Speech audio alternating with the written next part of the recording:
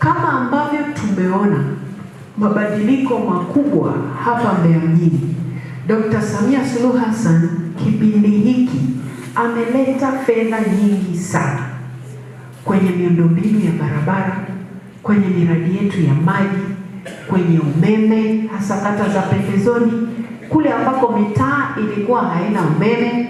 Sasa mradi unaendelea kwa mitaa 15 katika kata zetu, na mradi mwingine utakuja kuhakikisha sio tu mtaa kupata umeme, lakini umeme kufikia kila nyumba inayohitaji umeme.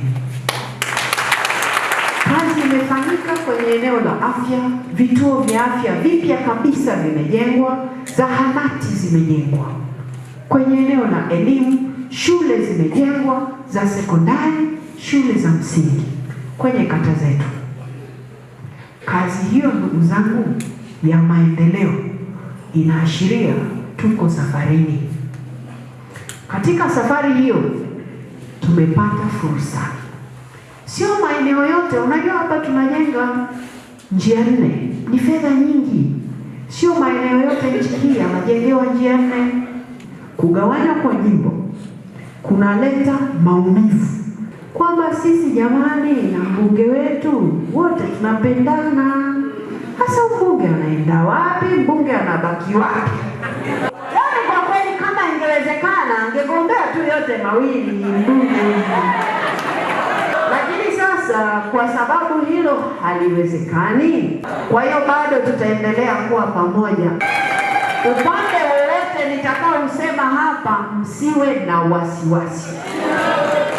Kwa kusema hivyo, ndugu zangu wana Mbeya mjini, na kwa kufahamu kazi tuliyoifanya pamoja, na kwa kufahamu kwamba mimi bado nitakuwa mzazi wa watoto wawili, sina budi kuelekea kwa mtoto anayehitaji zaidi.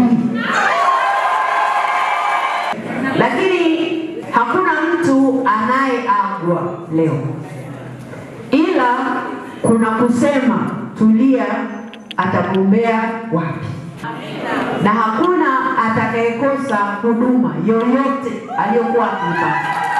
Wana jimbo la Mbeya mjini, nimeona hapa mioyo imeinama, lakini isiiname kwa sababu bado nipo. Nimalizie kwa kusema hivi, wana Mbeya mjini na wana Uyole pia, kwa sababu wako watu watakuja kuonesha nia, hata kama watasikia kwamba mimi naelekea Uyole, wako watakuja kuonesha nia. Lakini kwa namna tulivyoishi kipindi hiki, nafahamu tumeshapata nafasi ya kusikizana.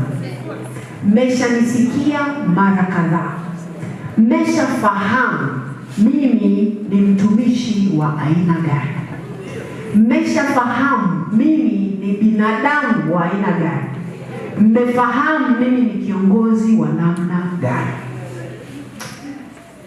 Nitoe wito kwenu, hasa wana Mbeya mjini. Watu wengi watajitokeza kuja kwenu. Chagueni kiongozi, chagueni mtu